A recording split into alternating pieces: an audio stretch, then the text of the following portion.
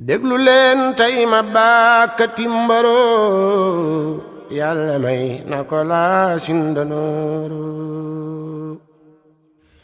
Deuxième calife du mouridisme, Cheikh Mouhamadou Fadilou Mbacké naquit vers 1888 à Darou Salam, durant la 27e nuit du mois de Rajab, une nuit d'une importance majeure dans la tradition islamique.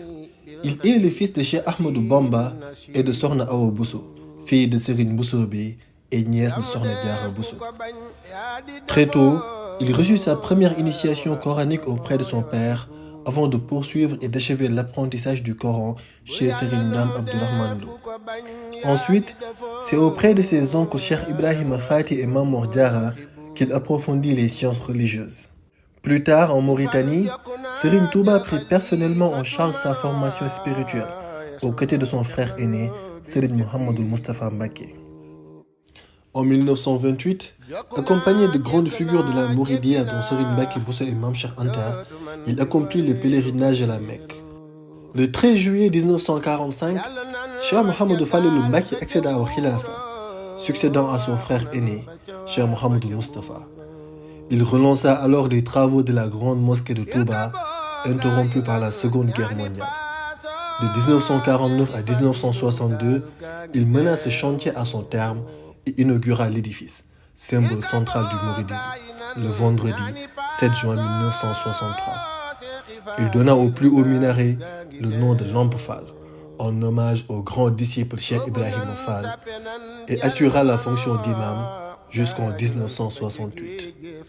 Fidèle aux enseignements de Serigne Touba, il ne cessa de rappeler l'importance des œuvres pieuses et facilita la diffusion du savoir par la fondation de Darul Ma'arif al-Islamiyya, à l'origine de nombreux autres daïras à Touba. Sous son khilafa, la ville de Touba connut d'importants progrès. Accès à l'eau potable, amélioration du réseau routier, électrification et éclairage public, création du marché Ocass et ouverture du premier poste de santé de la ville. C'est également sous son autorité que les mourides furent invités à célébrer le Grand Magal à Touba. Son influence, elle, dépassait le cadre confrérique ou religieux. Il entretenait des relations respectueuses avec les autres familles religieuses et les dirigeants politiques de son époque, notamment le président Léopold Sédar Senghor. D'une profonde humanité et d'un amour sans limite pour le cher, Serigne Fallou Mbacké laissa une empreinte durable sur tous ceux qui l'ont connu, au-delà de toute appartenance religieuse. Il fut rappelé à Dieu le 16 août 1968, qu'Allah illumine sa demeure et lui accorde la meilleure des récompenses.